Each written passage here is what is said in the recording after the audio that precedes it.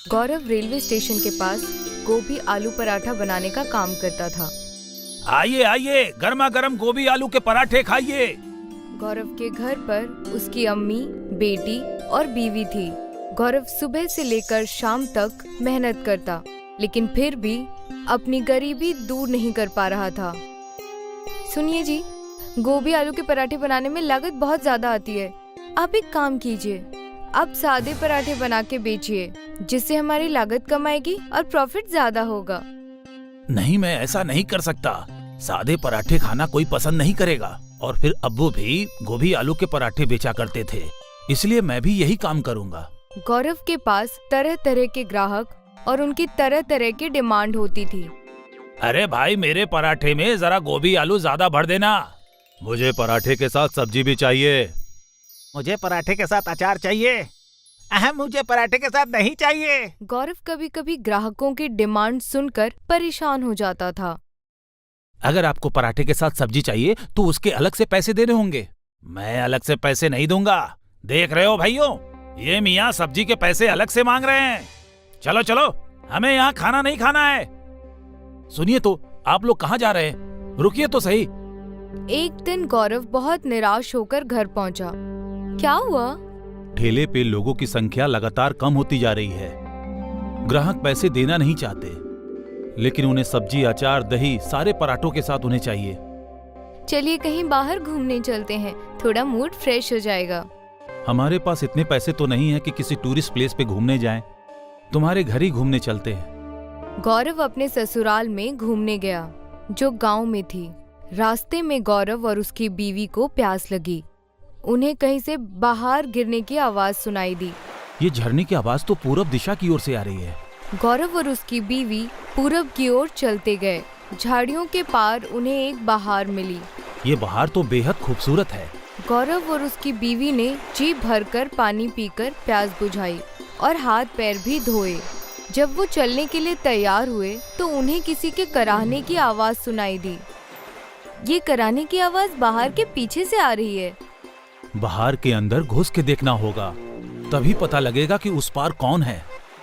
लेकिन बहार के अंदर घुसना खतरनाक भी हो सकता है। क्या पता ये किसी तरह का जाल हो। तभी बाहर में से आवाज आई, ये किसी तरह का जाल नहीं है। मेरी मदद करो, मैं एक साधु हूँ, मुझे कैद से आजाद करो। मुझे बहार के पार जाना ही होगा बेगम। अगर मैं वहाँ कैद होता तो मैं नहीं चाहता कि मुझे भी कोई कैद से आजाद करे।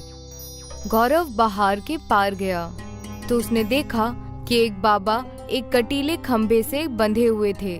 बाबा की पीठ से खून बह रहा था। तुम कौन हो और यहाँ कैसे कैद हो गए? मैं सब कुछ बताऊंगा, पहले तुम मुझे कैद से आजाद करो। गौरव ने रस्सी खोल दी और बाबा आजाद हो गए।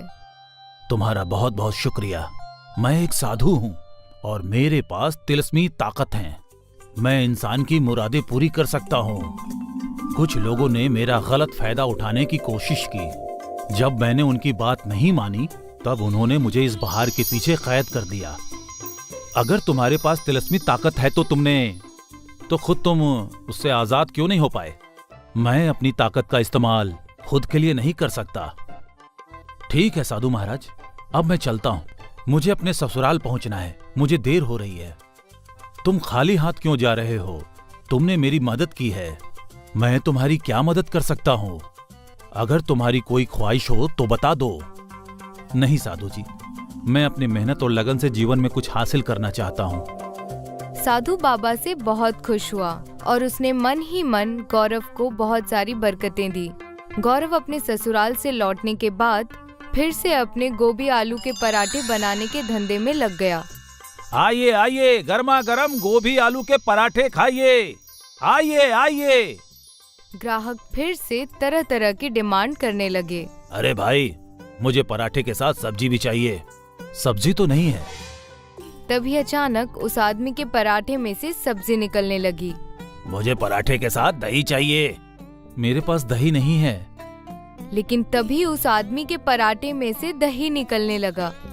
मुझे पराठे के साथ अचार चाहिए। मेरे पास अचार नहीं है। लेकिन तभी तीसरे आदमी के प्लेट में से अचार निकलने लगा। सारे लोगों का दिमाग चकरा गया। ये सब क्या हो रहा है? मैंने लोगों को सब्जी, दही, अचार नहीं दिया, तो भी इनके प्लेट में तीनों चीजें कहाँ से आ गईं? तभी वहाँ वही बाबा आए जिन्हें गौरव ने बाहर के पीछे जाकर आजाद किया था। बेटा जरा 2 पराठे लगा देना, सब्जी, दही और अचार के साथ। इतना कहकर बाबा अदृश्य हो गए। गौरव समझ गया कि ये सारा चमत्कार उन बाबा की वजह से हो रहा है। गौरव की रेहड़ी पर लोगों की भीड़ लग गई। सभी पराठे खाने के लिए वहाँ टूट पड़े। वे पराठे के साथ सब्जी, दही, अचार और जो भी मांगते वही पराठों में से निकलने लगता और थाली में आ जाता। गौरव ईमानदारी से सिर्फ पराठों के पैसे लिया करता। कुछ ही दिनों में गौरव लखपति बन गया। गौरव ने सबको सच सच बताया कि ये चमत्कार एक बाबा की वजह से हो रहा है, जिसे गौरव ने बाहर के पीछे के कैद से आजाद किया था। वे बाबा बाहर के पास ही ध्यान में लीन होकर तपस्या करने लगे। गौरव के बराबर में दीपक नाम का एक आदमी ठेला लगाता था। दीपक भी पराठे बेचता था। दीपक ने सोचा कि अगर वो भी गौरव की तरह वरदान प्राप्त कर ले तो वो भी जल्दी अमीर हो जाएगा। दीपक गौरव के पास गया और उसने बातों बातों में वो जगह पूछ ली जहाँ बाहर था। दीपक बंदूक लेकर बाबा के पास पहुँच गया। तुम कौन हो और यहाँ क्यों आए हो? सुन बड़ाओ, मेरा नाम दीपक है और मैं गौरव के सामने ठेला लगाता हूँ। तूने गौरव को तोहफा देके बहुत बुरा किया। तुम गलत समझ रहे हो। गौरव एक भला और मेहनती आदमी है। उसने मुझसे कोई तोहफा नहीं मांगा था। मैंने उसे सुखी रहने की बरकतें दी है। समझ गए ना? मेरे सामने ज्यादा बड़बड़ मत कर बुड्ढे। चुपचाप मुझे भी लखपति बनने की बरकतें दे, वरना बंदूक से तेरा भेजा उड़ा दूंगा। इस तरह से बरकतें नहीं मिला करती है। लगता है तू ऐसे नहीं मानेगा। दीपक ने बाबा की गर्दन पकड़ ली और उनकी गर्दन को दबाते हुए कहा, जल्दी बरकत दे वरना मैं तेरा काम तमाम कर दूंगा। ठीक है, मैं तुझे बरकतें देता हूँ। दीपक ने लौटकर बहुत खुश होकर अपनी रेहड़ी लगाई। दीपक ने जब ग्राहकों को प्लेट में पराठे रखकर दिए तो प्लेट में पराठों के ऊपर सांप बिलबिलाने लगे। जितनी बार भी दीपक ने प्लेट पे पराठा रखा, हर बार अंजाम वही हुआ। लोगों ने दीपक के पराठे बिल्कुल ही खाने छोड़ दिए। अब सारे ग्राहक गौरव की रेहड़ी पर जाने लग गए और गौरव ने देखा कि ग्राहकों की संख्या बहुत बढ़ गई है। तो गौरव ने 2 नौकरों को रखकर एक रेस्टोरेंट खोल लिया और इस तरह अपनी मेहनत और लगन के भरोसे पर खुशहाल जीवन बिताने लगा। लक्ष्मणपुर कस्बे में छतन सिंह अपनी बेगम और अपने बच्चों के साथ रहा करता था। छतन सिंह की एक बड़ी बेटी स्वाति पढ़ी लिखी और सुशील लड़की थी। बस स्वाति की शादी हो जाए, मेरे सर से सारी तकलीफें कम हो जाएंगी। आप इसकी फिक्र क्यों कर रहे हैं जी? स्वाति अच्छी लड़की है, उसकी शादी जरूर एक अच्छे घराने में होगी। आप निश्चिंत होकर अपने काम पर जाइए, मैं खाना स्वाति के हाथों भेज दूंगी। छतन सिंह एक किराने की दुकान में नौकरी किया करता था और हमेशा अपने मालिक के ताने और ग्राहकों से डांट सुना करता था। मुझे 1 किलो बासमती चावल दे देना, आज घर पर बिरयानी बनानी है। अरे वाह बहन जी, ये बड़ी अच्छी बात है। 1 किलो बासमती चावल पूरे 200 रुपए के हैं, पैसे दीजिए। 200 रुपए? तुम्हारा दिमाग खराब तो नहीं हो गया है? 200 रुपए चावल कैसे हो सकते हैं? आस पड़ोस की दुकानों में तो 120 रुपए किलो है।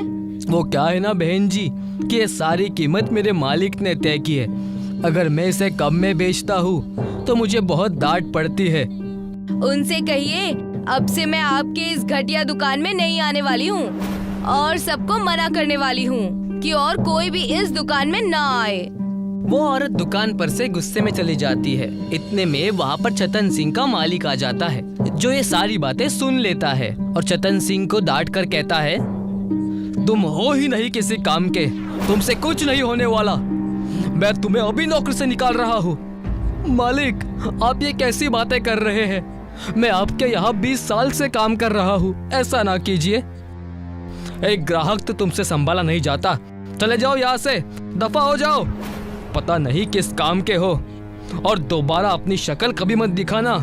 छतन सिंह वहां से जा ही रहा होता है कि स्वाति बाहर से टिफिन का डब्बा लिए उसे रास्ते में मिलती है और उसे मायूस देखकर उससे कहती है, क्या हुआ पिताजी, आप ऐसे परेशान क्यों हैं और इस तरह इतनी तेज धूप में कहाँ जा रहे हैं? मैं क्या करूं बेटी, मेरी किस्मत ही फूटी हुई है। तुम्हारी शादी करवाना चाहता हूँ, लेकिन हमेशा कोई ना कोई तकलीफ मुझे परेशान करती ही रहती है। लेकिन हुआ क्या है? आप इतनी टेंशन में लग रहे हैं। अगर आप इतने टेंशन में रहेंगे तो आपका बीपी बढ़ जाएगा। बताइए तो। तब जाकर छतन सिंह उसे अपनी सारी तकलीफ बताता है। पिताजी की परेशानी देखकर स्वाति के आंखों में आंसू आ जाते हैं। तुम क्यों रो रही हो बेटी, इन सब में मेरी ही गलती है।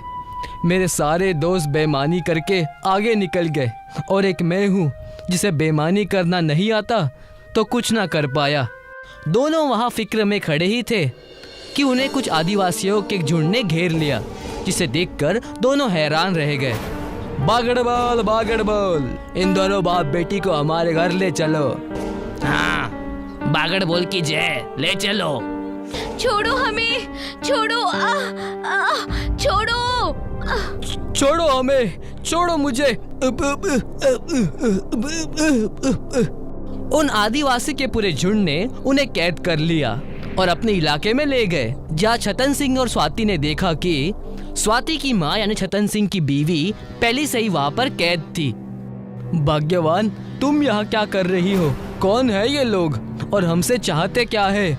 मैं घर से बाहर बाजार की ओर राशन लेने जा रही थी। सोचा था कि बिरयानी बनाऊंगी और इन लोगों ने मुझे अगवा कर लिया। न जाने ये हमसे क्या चाहते हैं। हमें कैद कर कर क्यों रखा गया है? मैं और मेरा परिवार दर्द से करा रहे हैं। हमें छोड़ दो।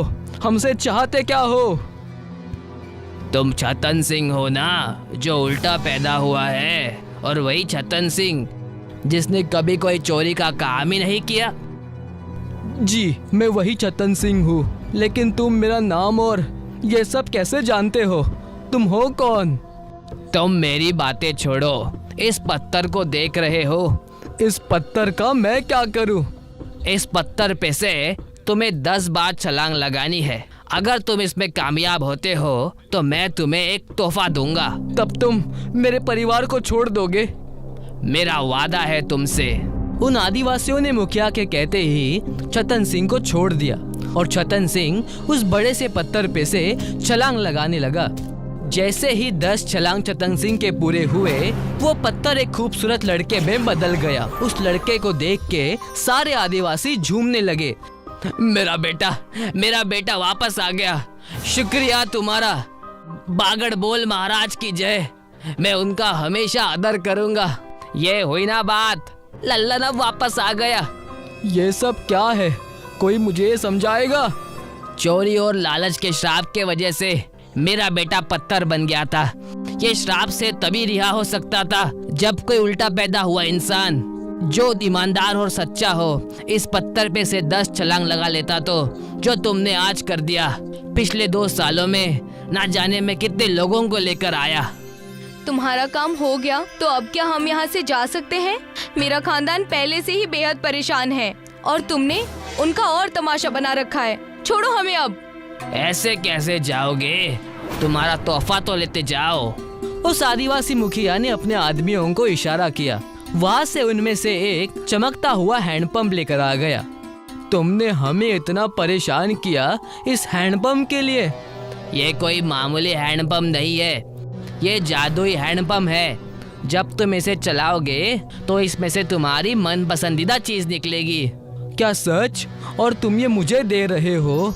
हाँ, तुमने मेरे ऊपर इतना बड़ा एहसान जो किया है, मेरे बेटे को वापस लाकर। लेकिन इस हैंडपंप का इस्तेमाल कैसे करना है और इससे क्या होगा? इस हैंडपंप को तुम एक महफूज जगह पर जाकर लगा देना और इसके ऊपर थोड़ा सा पानी फेंक देना। जब भी तुम हैंडपंप चलाओगे उसके अंदर से तुम्हारी मन पसंदीदा चीज निकलेगी। उस आदिवासी से छतन सिंह का परिवार हैंडपंप लेकर आता है और वहाँ से चला जाता है। छतन सिंह अपने घर के आंगन में उस हैंडपंप को लगा देता है। स्वाति एक ग्लास में पानी लाकर छतन सिंह को देती है। देर किस बात की? आप इस हैंडपंप को चला दीजिए, कुछ न कुछ जरूर अच्छा होगा। छतन सिंह जैसे ही उसके अंदर पानी डालता है, उसके अंदर से बिरयानी निकलने लगती है, जादुई हैंडपंप की बिरयानी, जिसे देखकर सब हैरान रह जाते हैं। पिताजी, ये देखिए, हैंडपंप से बिरयानी निकल रही है।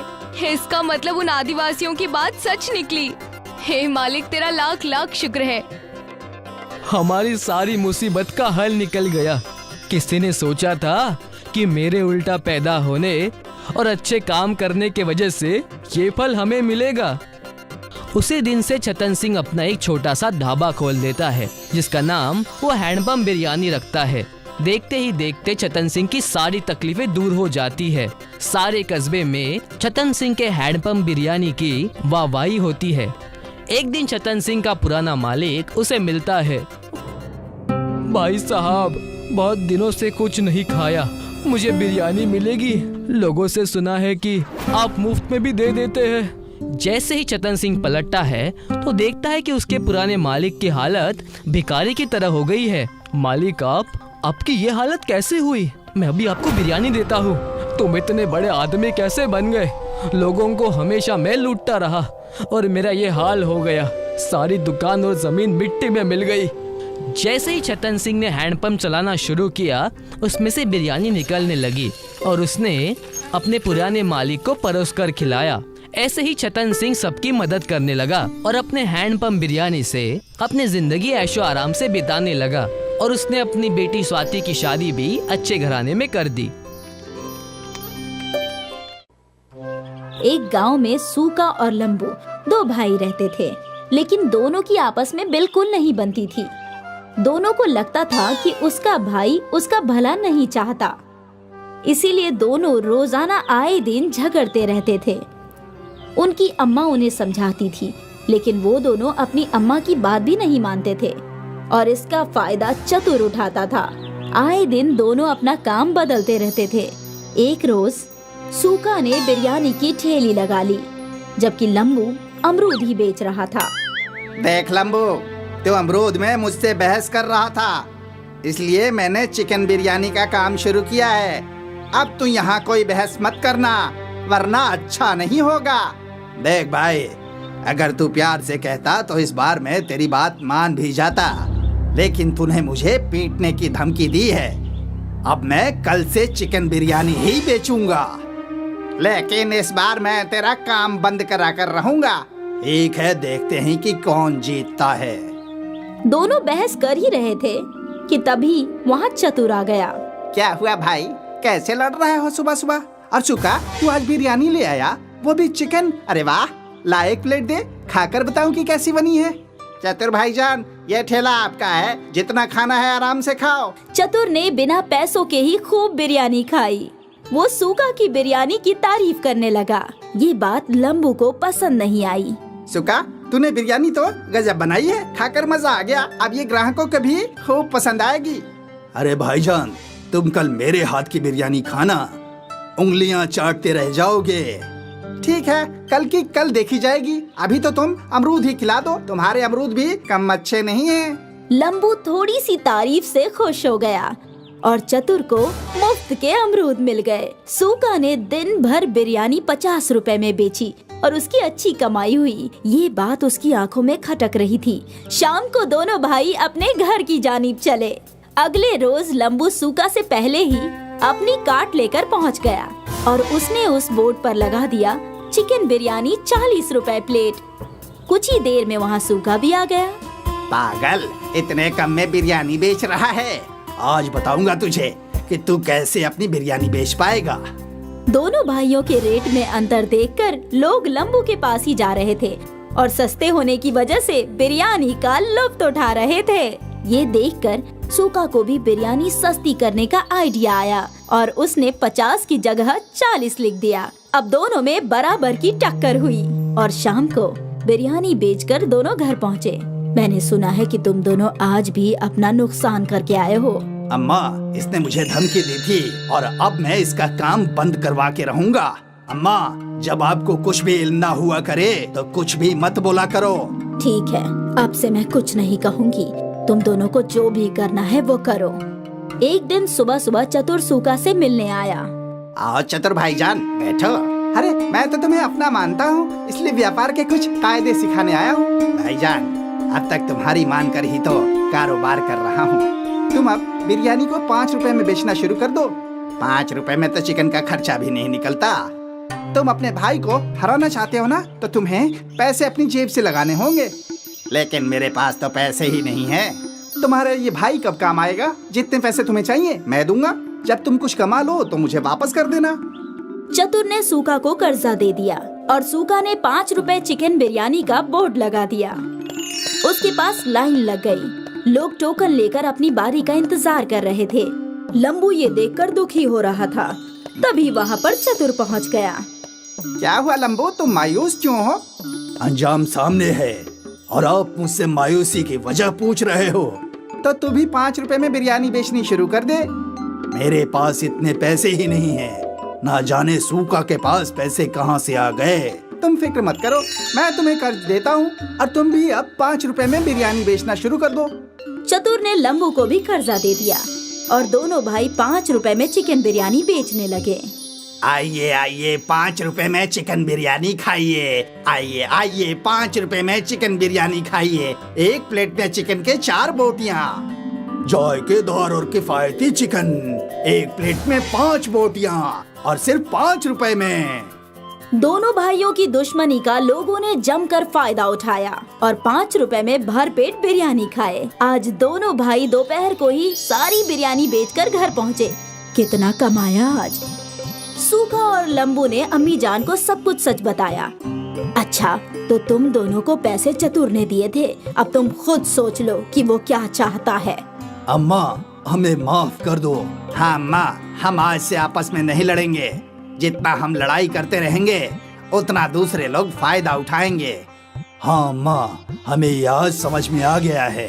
अब हम मिलकर काम करेंगे और चतुर को सबक सिखाएंगे। दोनों भाइयों ने एक ही कार्ड पर बिरयानी लगाई और बोर्ड लगाया लंबू सूका बिरयानी वाला। अगले रोज वो दोनों पहुंच गए। जब चतुर ने अगले रोज जाकर देखा तो उसके होश फाख्ता हो गए और उसने इत्तिहाद को देखकर वहां से दूर भाग जाना ही बेहतर समझा। दोस्तों, इससे हमें सबक मिलती है कि हमें आपस में इत्तिहाद बनाकर रखनी चाहिए, वरना कोई और इसका फायदा उठा जाएगा। और साथ ही चापलूसों से होशियार रहना चाहिए, वरना जल्द ही डूब जाओगे। रतनपुर गांव के 3 दोस्त रमेश, सुरेश और मुकेश शहर जाकर पैसे कमाने का निश्चय करते हैं।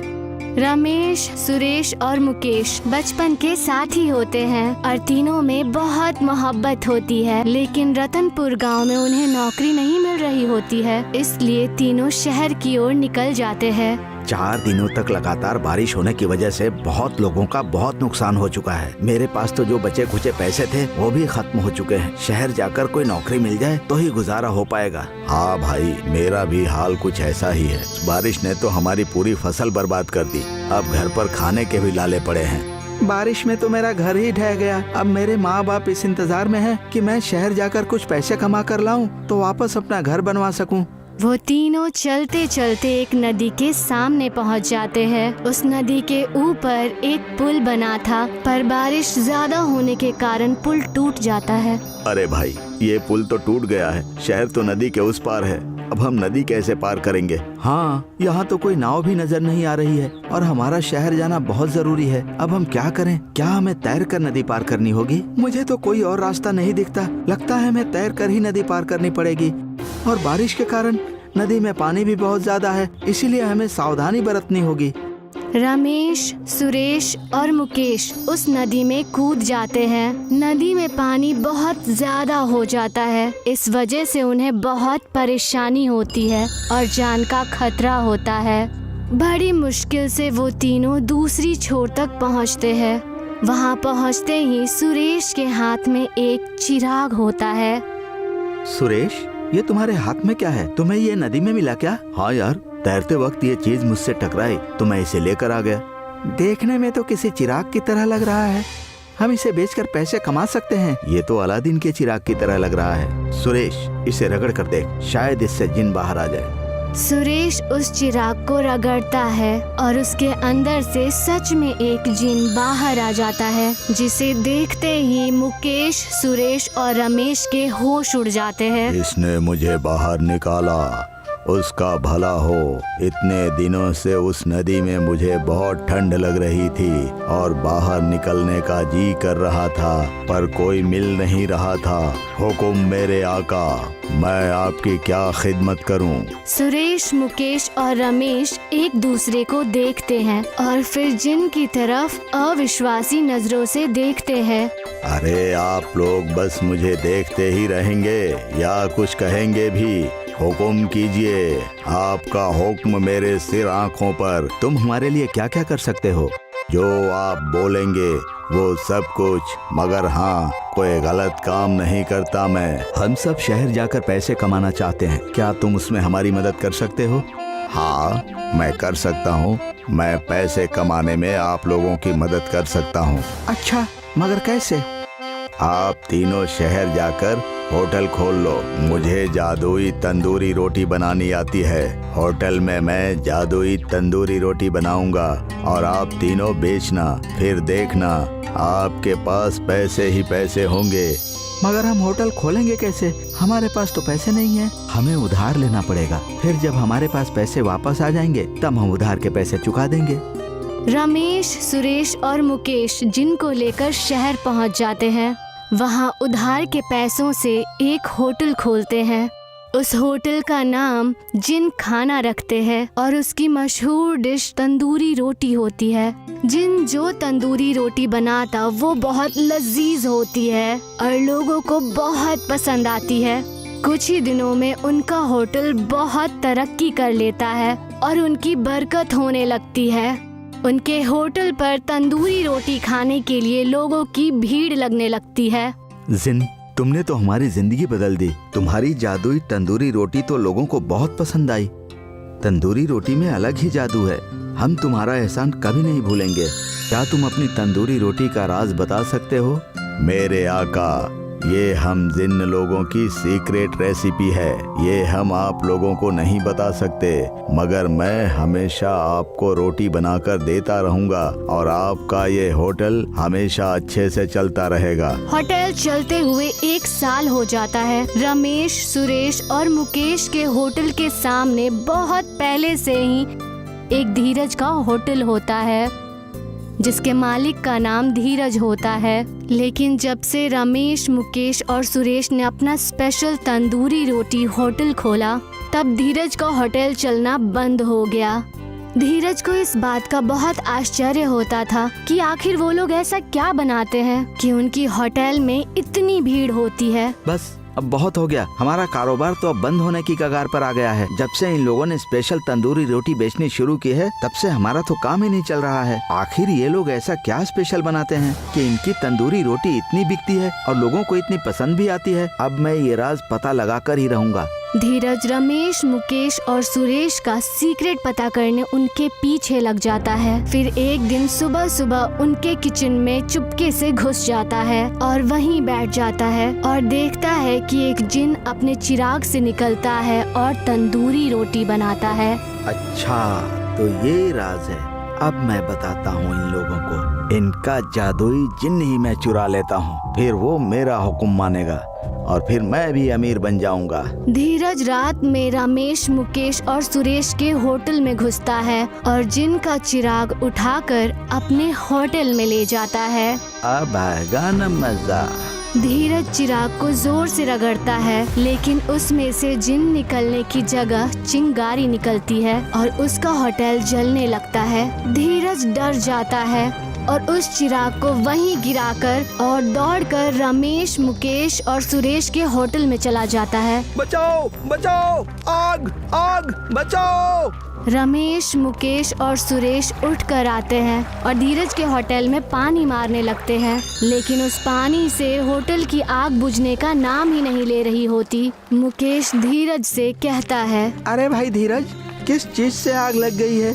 जो बुझने का नाम ही नहीं ले रही है। आग तो देखने में भी बड़ी अजीब लग रही है। अब धीरज के पास सच बोलने के सिवा कोई दूसरा रास्ता नहीं बचता। वो तीनों को सारी बातें सच सच बता देता है कि उसने उन लोगों का चिराग चोरी कर लिया था। वो तीनों ये बात समझ जाते हैं कि जिन नाराज हो गया है, इसीलिए धीरज के होटल को जला रहा है। धीरज भाई, हमने तुमसे ये उम्मीद नहीं की थी। चोरी करने की यही सजा होती है। रुको, मैं जिन्न को शांत करने की कोशिश करता हूँ। सुरेश दौड़ता हुआ होटल के अंदर जाता है और जिन के चिराग को उठा कर लाता है। उसे अपने हाथों में रखकर वो जिन को मनाने की कोशिश करता है और उसे शांत होने को कहता है। सुरेश की बात सुनकर जिन शांत हो जाता है और धीरज के होटल की आग बुझ जाती है। जिन वापस अपने चिराग में आ जाता है और सुरेश उस चिराग को ले जाकर अपने होटल में रख देता है। इसके बाद धीरज भी समझ जाता है कि चोरी से कभी भी सफलता हासिल नहीं की जा सकती